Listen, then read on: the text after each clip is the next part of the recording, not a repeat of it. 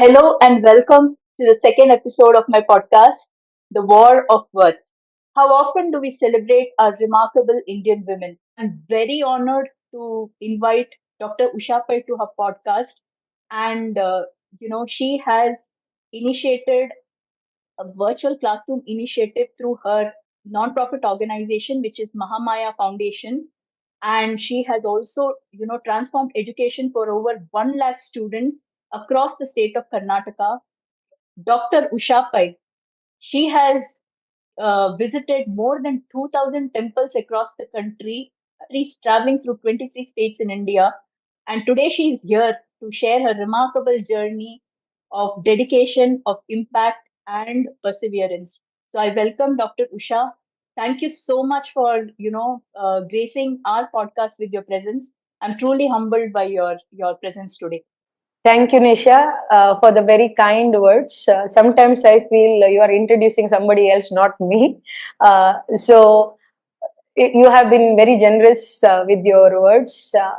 I can only say that women are blessed. They can manage everything. They are multitaskers. And I have seen many women across me who have been doing this consistently. But maybe at that time there was no podcast or there was no social media to give them importance. Maybe only the people who were in the top were always given importance. And one lady who is sitting in a small place called as Manipal is been asked to be a part of your podcast and War of Worth. So I was blown away when I got a call from you that you are considering me. So I can only say I'm humbled and I'm very happy to be a part of this podcast.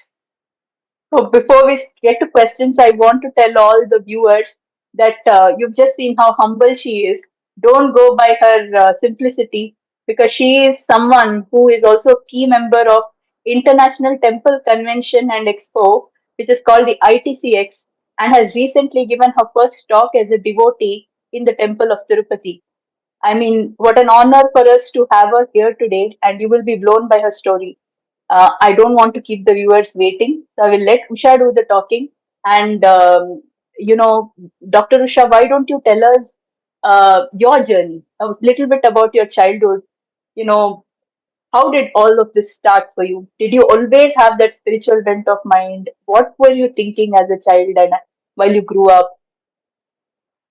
Nisha, actually, to be very frank, whatever we are today, I think the major part of it comes from the background where we are born and the places where we have studied and places where we have lived. For me, I have been very fortunate to be born in a very beautiful family, a joint family.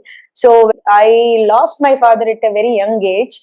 But honestly speaking, I was very lucky that since I was a part of a joint family, a very affluent family in a place called as Puttur, which is in Dakshina Kannada, which is your hometown also.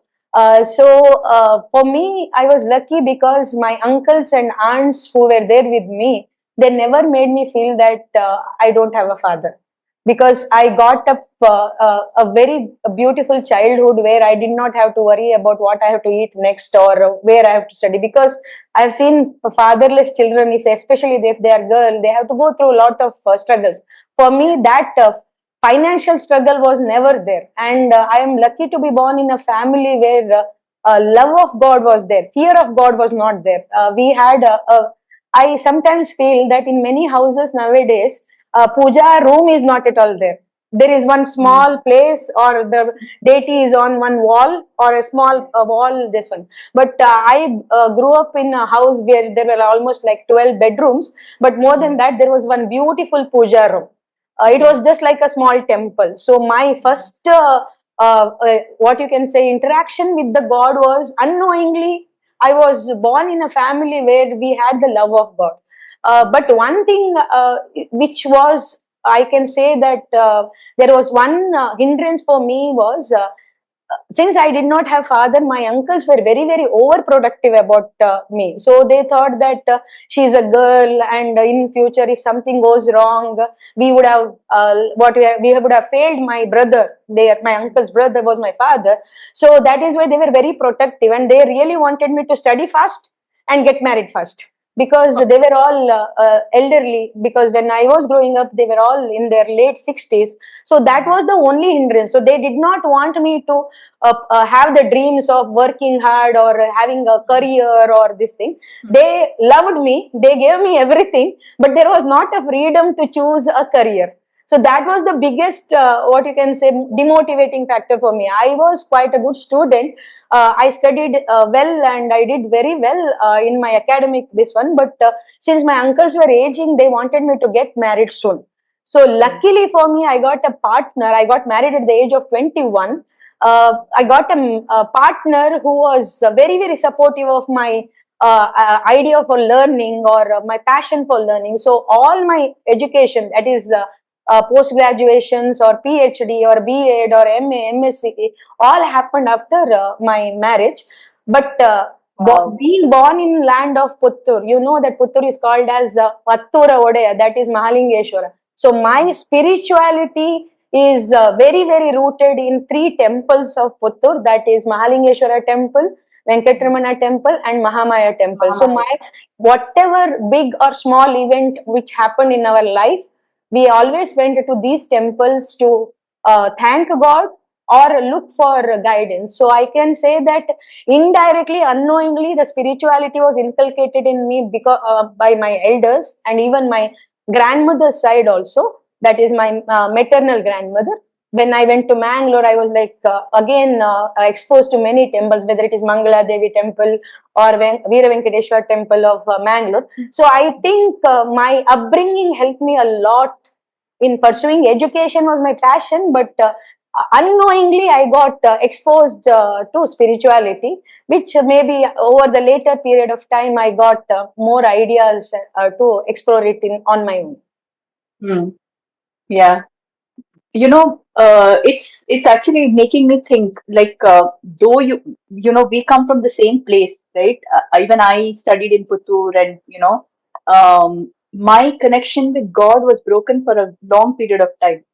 I think even for somebody to open up to spirituality, even I come from the same traditional background, but and with the same set of people, same language and everything. But even though we are two women who probably did not, you accepted spirituality very early in life. For me, while everything was there, I still rebelled. And it took me a long time to even understand what God is, and, even accept God's love in my life. So sometimes we are just blind to what is around us, right? So I was one of those. So that is why I wanted you to come here, so that you can inspire many people who, even despite having a lot of things, don't understand the value of, God's love, or whatever. Some call it God, some call it universe, but there is a higher power guiding all of us, isn't it? Right? Actually, Nisha, I can tell you that I may be looking very spiritual now, but my story was also like every other women, because the moment I got married, I was exposed to responsibilities, and later I have my had my kids. I was not spiritual. Spiritual. Even now, I don't say that I'm very very spiritual. But I'll tell you something very interesting. See, when I got married into a very traditional family. When you get up in the morning, you have to take bath before eating. You have to pray. So that was the system. I was 21, and that was inculcated in me by my father-in-law and my mother-in-law. Funnily, I used to feel that why every day we have to get up, then take bath, and then eat, then do puja and it, and then we have to do all the household works. We will sweat more. But the funny thing is, like when we go to a, for example, if we go to a function, we want to look good. We Good. want to wear good things and this one. But why it is that when we go into the temple or the puja room, we can be anywhere. Like we can wear anything or we can be dirty. So that idea made me realize that what they're teaching, maybe not that they may not be giving you the reason, but there is a scientific reason, or there is one reason for whatever practices we do. So I was not interested in going to temple all the time. The way I go now, maybe in my late 20s, I was also a rebel. Why can't we pray in our house only? Why we have to go to the temple? But they say there is one very interesting Gade Matu in Kannada, that Sankata Bandaga Venkataramane. So when we feel that something is not going right, that is the time we remember the God. For me also, when my daughter was growing up and when we were actually busy making up our careers, then I realized that there are some places where we feel that we have lost. And the place where I got the solace was when I went to Venkatamana temple in Karkala. I felt that that was calming me down. Visit to that temple calmed me down, and then I realized maybe God is telling that if you want to relax, if you want to recharge, you have to come to me. And that idea made me realize, okay, that is why our elders used to go to the temple when they had problems also, when they had happiness also, because they knew that somebody is going to take care of them. And that surrender moment, when it came to me, then I realized that yes, I am a science teacher or I am a science student, so I can say that science will say that oh, God is there or not, this one. But instead of giving a definition of God, I say that there is a supreme power. You can name it anything, but that supreme power is there. Gravity, we can say that if there is 1 millimeter or difference of gravity, then the planets will fall. So that gravity also can be called as God. But everybody will not be able to connect to gravity equivalent to God. So that is why people like us, who are, can say, mortals, and we are not very intelligent or to understand that level of spirituality, the temples are made to make sure that we concentrate and we realize, and spirituality is going inside, not going outside. But to go inside, we have to concentrate and we have to understand there is somebody, we have to surrender, and that is why the temples are there. Thank you for bringing out such a brilliant point, because I think this is a very important thing even for a lot of youngsters these days who do not understand what it is about, because there is so much noise and distraction in the world, right? People are running behind social validation, pictures, follows, likes, Instagram, everything, right? I mean, at some level it is great. It gives you dopamine, you feel good about it, all that is great. But the real thing, like, in terms of building your own self-worth, in terms of your own feeling level-headed, all of that, somewhere that deep rootedness to a culture, to God, to something beyond ourselves, that is somewhere missing. And that is why I wanted to start this, where I start talking to people who can instill some values through their journey, through their lives, through their stories. And even because these days people are not reading, I can continue to write books because I'm an author. But I realized there has to be a better medium of telling stories. And that is why I thought, people like you visited 2000 temples, Usha. And if you think that is not a big feat, you are undermining your own worth, because it is not possible for everybody to do that. You had a family, and you also had a day job. You are the founder of Mahamaya Foundation, so you should talk about it in terms of what you do. And despite all of that, you did something which is pure passion and devotion. Tell us about it. Actually, I think that my spiritual journey and my journey towards Mahamaya actually happened in together. So, if you see the name of my foundation, it Lakshmi Narayan Mahamaya is our Kuladevi Devata temple in Ankola. So, the my spiritual journey unknowingly started when I named my foundation as Mahamaya Foundation in 2014. First thing, if I have to tell, I have two very important paths in my life. One is my educational path, and another one is my spiritual path. As I have told you that when I was younger, in my college days, in my guardians, my uncles, they wanted me to study well because they wanted to make sure that when I had kids, I will be able to teach them, but not study to go to a job. So that was the reason why my uncles wanted me to study. Nothing wrong, because that was the age, in 1890s was the time when women were mostly confined to home. They were morely homemakers. So that was the idea. But for me, I was very ambitious. I don't know where I get this gene from, because my mother and father are very calm people, but I'm a hyperactive gene, and I always wanted to become famous. Always wanted to become remembered by people and to participate in all the competitions, whether I win or lose, because I wanted to be known, seen by people. In science, there has some mutation has happened. So I am a mutated gene when it comes to my family, because I was always going in a different way path from what I was chosen. When I got married, I studied, because one of the biggest problem at that time was I was located in Manipal, and I wanted to pursue MSc. But unfortunately, there was no college which will give MSc in Manipal. I had to either go to Mangalore or I had to go to Shimoga. Then I was very good in Hindi during my college days, so there was huge demand for Hindi tuitions in my locality. So I started pursuing MA in Hindi via correspondence. I started my tuitions at home, because please understand, any time a lady has to earn some money to be financially independent. See, the point is not that my husband will not give me money or this one, but please understand, a person, husband has to earn for him, earn for his wife, earn for his children, and earn for his parents also. Whereas there is one breadwinner in the house and there are five dependent. So we were young couple at that time, and we really needed money. At that time, earning money was required. Especially, I wanted to earn, because I did not want to pester my husband that this is one small wish of mine. Can you please give me money? Because he was also pursuing his PhD and we did not have that money. So that is how I started my tuitions. We were staying in Manipal campus.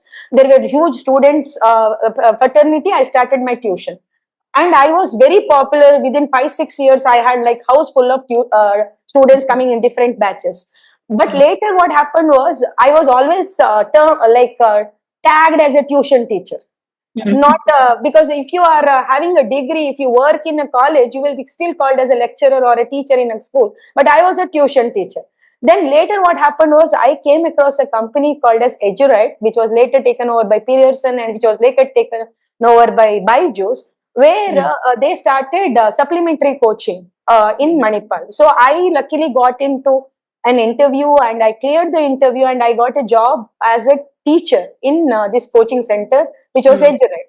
Later, maybe because of my talent and skills, I got promoted very easily and I became the academic head of Pearson. At that time, I came across one program which was run by Manipal Foundation, where they adopted one school and they taught them during the school hours so that they could improve their performance. It was a free program for government school students. So that was the program which was run by Manipal Foundation along with Edurite. So since I was running Edurite at Manipal, I got exposed to that program.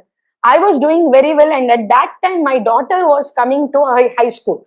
And everybody used to say that Usha is an absent parent. She is always like a guest appearance parent, never at home, always traveling because of the work which I'm doing. So at that time, I wanted to take a step back and take a break for 2 years when my daughter is in 9th and 10th.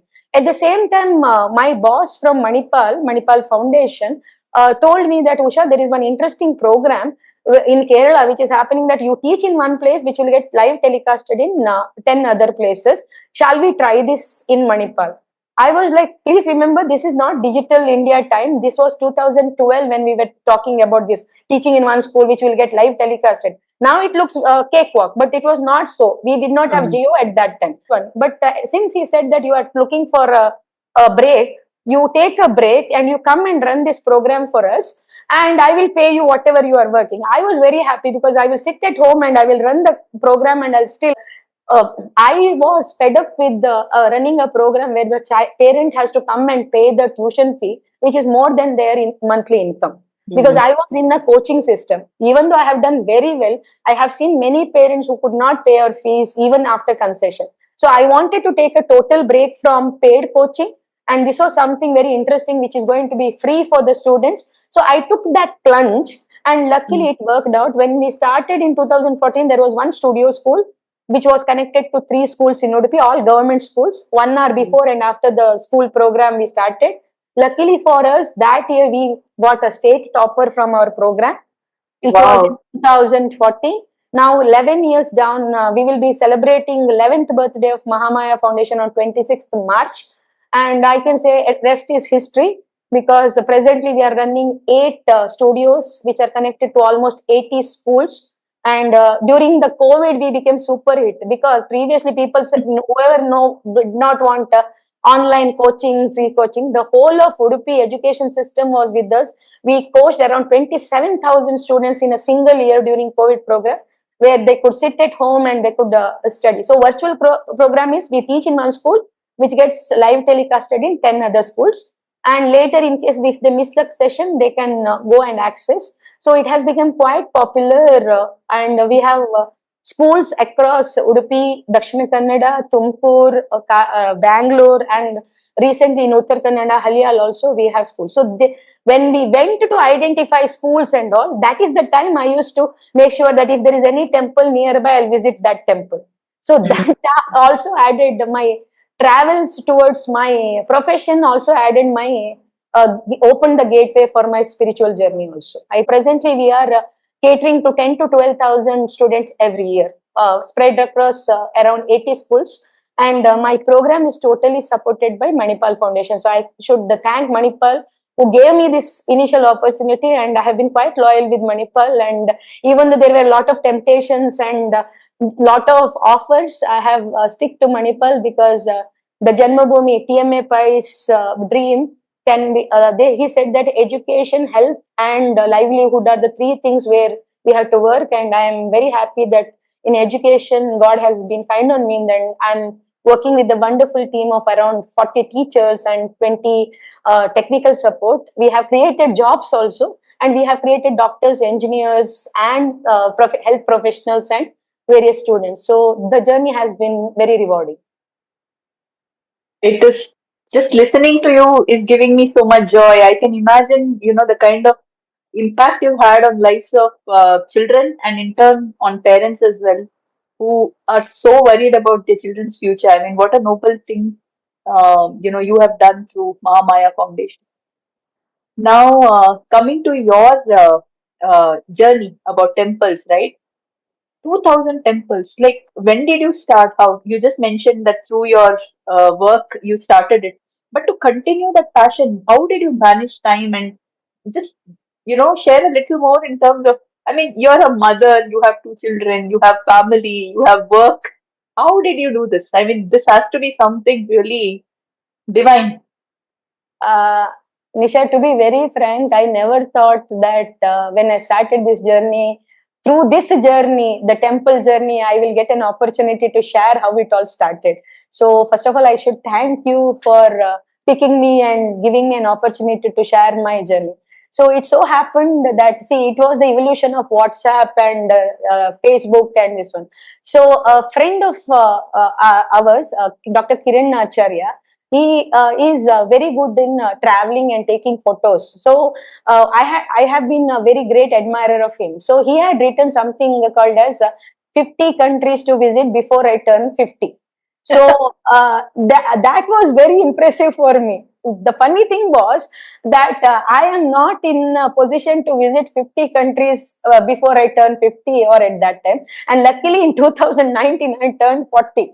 So for me, I thought that this is one something novel idea, that doing something associated with 40, something associated 50. So when I turned 40, I thought that, okay, I have to do something when I turn 40. May not be 40 countries, but do something. In the same year, our Prime Minister Narendra Modi ji called for in 2019, visit 15 places in the country so that tourism will come up. So I joined these two ideas when I turned 40, and I thought that during this 40th year, I will visit 40 temples which I have not visited in my lifetime.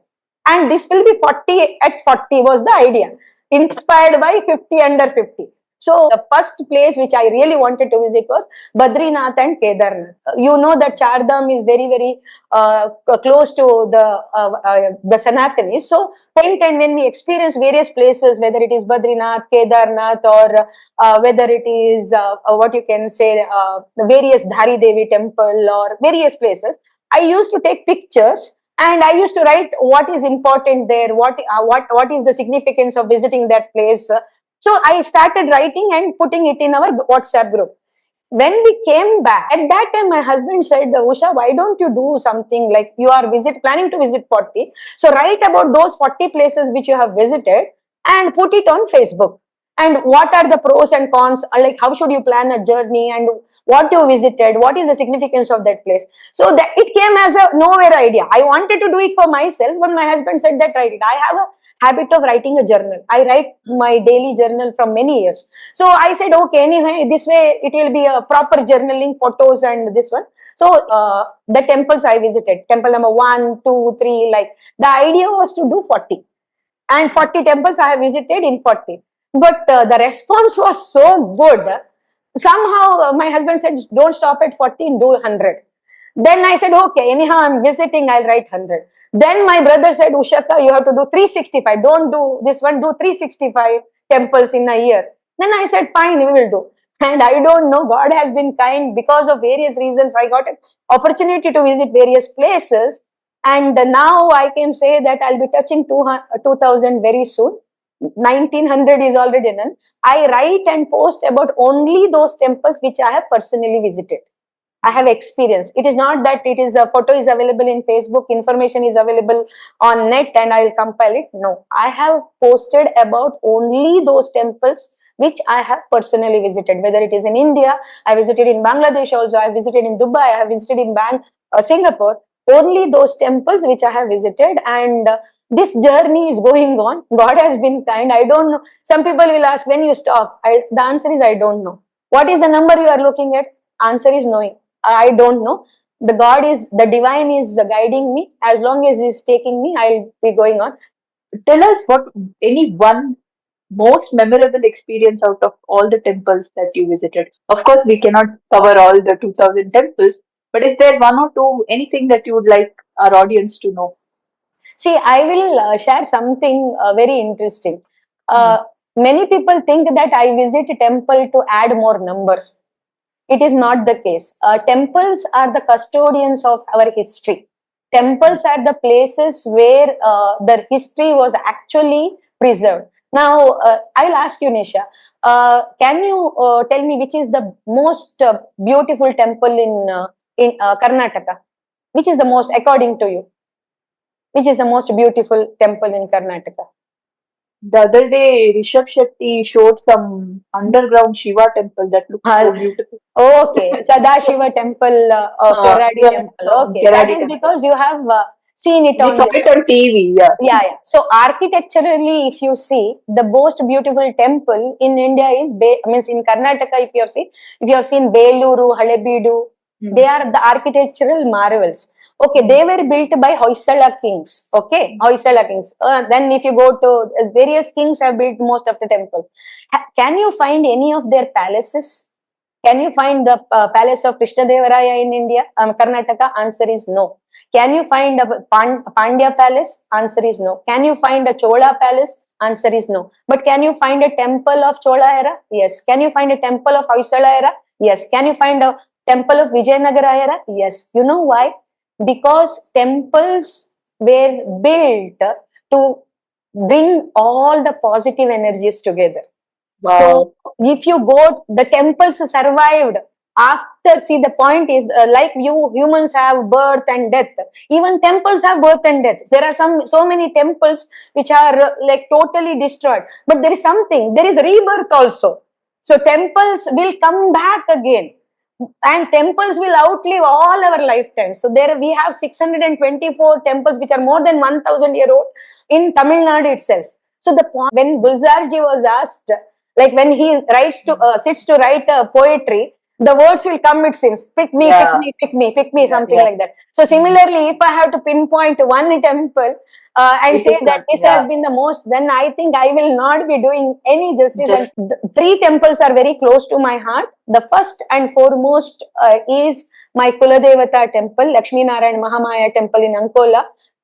It is said that if you go to your mother, she will feed you better than somebody else's. yeah. So I have to take care of, you have to visit Ankola Lakshmi Narayan Mahamaya temple. The second one, I have to say our Ishta Devata Padutirupati Karkala Venkatramana temple. And the third most important, I stay in Udupi Rajatapetapura Krishna temple and Anantarishwara temple. But if I have to say which is the most happiest temple which we go, there is no doubt it is Tirumala Tirupati Venkatramana temple.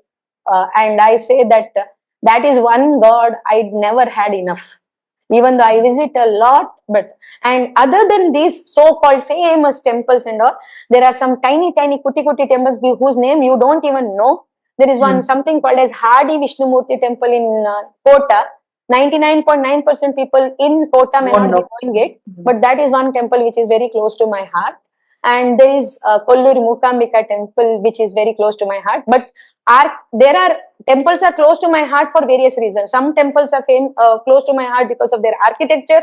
Some temples are very close to my heart because of their history. Some temples are very close to my heart just for that amount of serenity which you feel when you go there. So No, you were right, absolutely right. Because see, it is like asking in your entire lifetime, which is a greater experience, which is a lesser experience. Every experience has something wonderful to teach. And while we were talking, I just realized, see, this is again one more divine intervention in a different way that we have met through a podcast. It's strange, see, such a strange coincidence. We were in the same town, right? After that, we never had any connection. I remember you as Usha, 1 year senior to me in school, right? That is the only connection. Other than that, I have been watching you right on Facebook, but there was no interaction whatsoever. But when I had to write my first story or the novel, I put my central character based out of Ankola. Her family is, I don't know how. I was not born in Ankola, but Right. look at how it is all connected. My first book and even the one that has come recently, Friday Girl, that is also set in Ankola. The protagonist family is based in Ankola. The ancestral home is in Ankola. The deity is Mahamaya temple. So it is like it's so strange. I can't believe that all of this is happening. So I was having goosebumps while we were talking that there is a saying, Anisha, that you don't meet anybody by without any accident. reason. Everybody in your life comes either as a lesson or an experience. So I can only say that I'm so happy that the girl whom we looked up to when we were in school, she is taking a podcast with me. So our Guruji keeps on saying, if God knows to give birth to people, like if He can create people, He can create spirituality also. See, you don't have to be spiritual. Please understand, Karma Yoga says that doing your work with honesty is also a way of prayer. Path of So spirituality. you don't have to feel that going only to the temple will be treating you as a or you will be treated as a devotee or a great devotee or a spiritual person just by going to temple. Many people go to temple for the sake of going to temple. So if you are not going to temple, you don't have to feel bad. But in the meantime, if you understand and experience that temple, then you will go by yourself. You don't have to be coaxed by people that you have to go to the temple. So I think God will find the right time to come to your life. The spirituality will come to your life at the right time. So you don't have to feel bad, or you don't have to feel extremely happy that I'm doing something. Going by visiting 2000 temples has been an opportunity God has bestowed on me. Maybe that is the reason I got connected to you. So everything has a reason. I'm sure, and I'm waiting to see what God has planned next for you, because you are in your own, stature. You are a pioneer. You have a very innovative mind. You know how to turn around challenges and go through it and make something good out of it. You said 40 out of what is that? 40 places to visit before 40. So you created your own system for that. So you're actually an innovator in that sense. You started your own organization, virtual classrooms. You're doing. um Such a noble cause you're supporting. So all of that coming together is really great. And you've also given our viewers a lot of things to think about in today's podcast, because people who are watching today are actually going to have a spiritual cleansing in a different way. Because not only did you talk about temples, you also showed us that there are different means to spirituality, where you came from, what you did, and how your life has been, and how you found God and calmness and everything through your journey. So thank you for sharing whatever you did. Now I want to ask you, what are your next steps? What are your plans ahead? I have been not a great planner. Whatever I plan, it never works out. So I go with the flow that Oh, whatever comes to my this one. As I said, I don't have a set target that how many temples I'll visit in future, or I don't have a set target that how long I want to work in this educational background.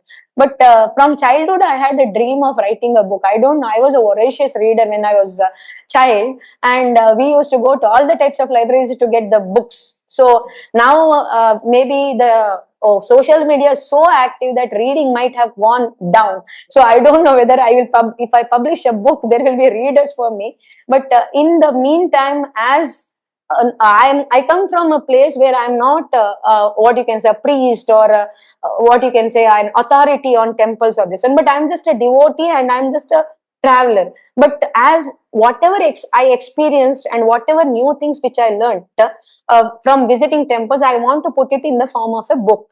I want to tell you something very interesting which may not connect to you everybody. See, we go to a temple now. Some temples, Shiva temples is called as Chandramaulishwara. Some Shiva temple is called as Ananteshwara. Some Shiva temple is called as Vishwanatha. Now the question is, why all Shiva temples are not called as Shiva?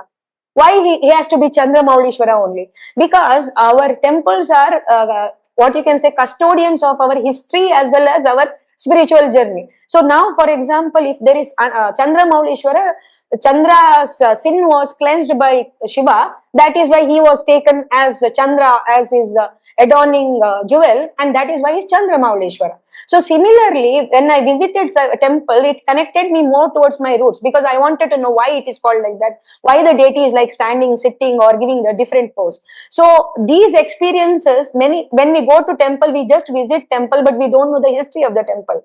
This is one complaint I have with many temples. Why don't you publish or put one signage where we will know why going to this temple is important? So there are some very beautiful temples, untapped temple, unpublished temples, which are very significant, beautiful, and you can visit. So my idea is to put those experiences in the form of a book.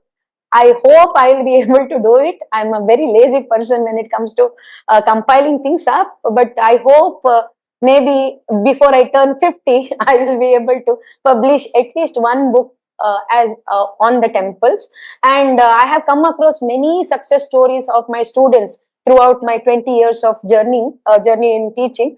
I want to write and bring about those success stories.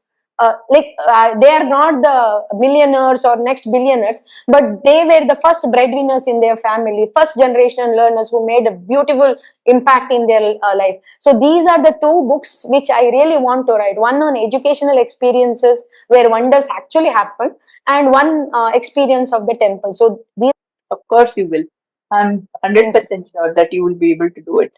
And once you do it, do come back on the podcast with your books. you. Definitely. So it was wonderful talking to you, Usha.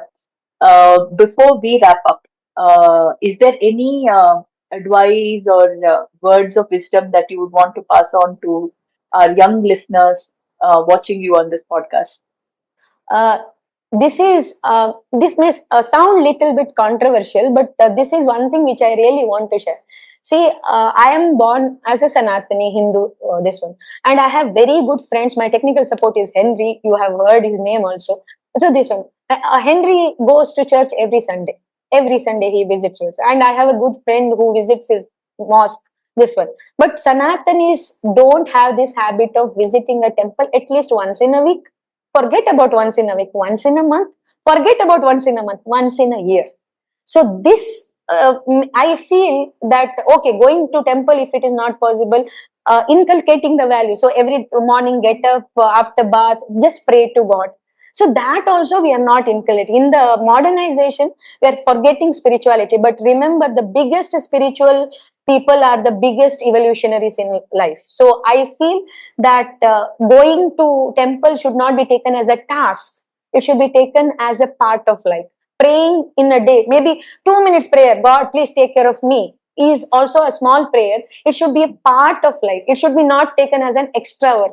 So I always tell my students, whenever you start the day, touch the feet of your parents and pray to God. First touch the parents' feet and then pray to God. If you do both these things, your life will be always blessed. And I have experienced it.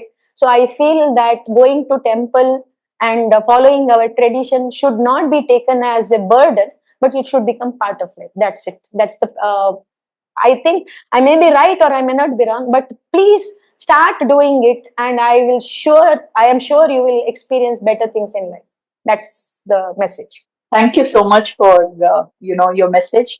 I'm sure a lot of lives will be impacted by your words, because I have experienced this recently. Like I said that earlier I was not much of a believer and I was always a rebel.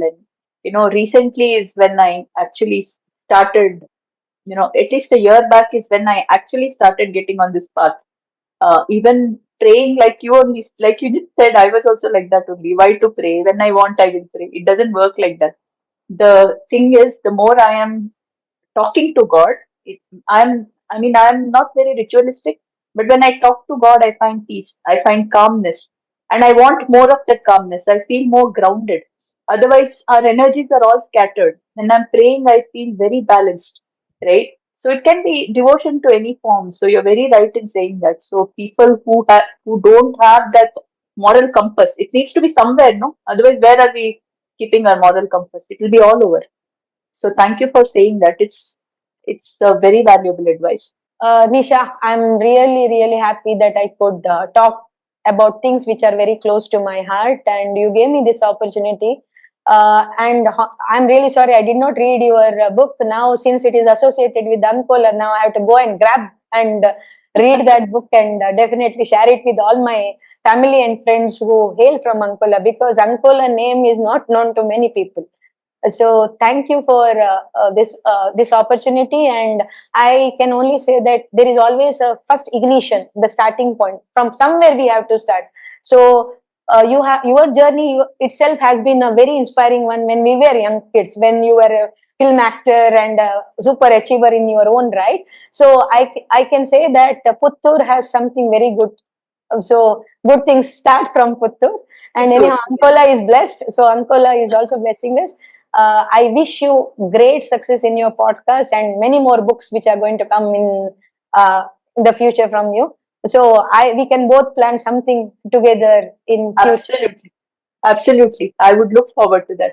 And today you have actually inspired me to continue my journey with the podcast. So I was also like that, like you said, I will do 40 temples. I was also thinking, how many podcasts should I do? How many will I do? Today, after listening to you, I realized there is no meaning in putting a number to anything. I should just keep Absolutely. my mind open.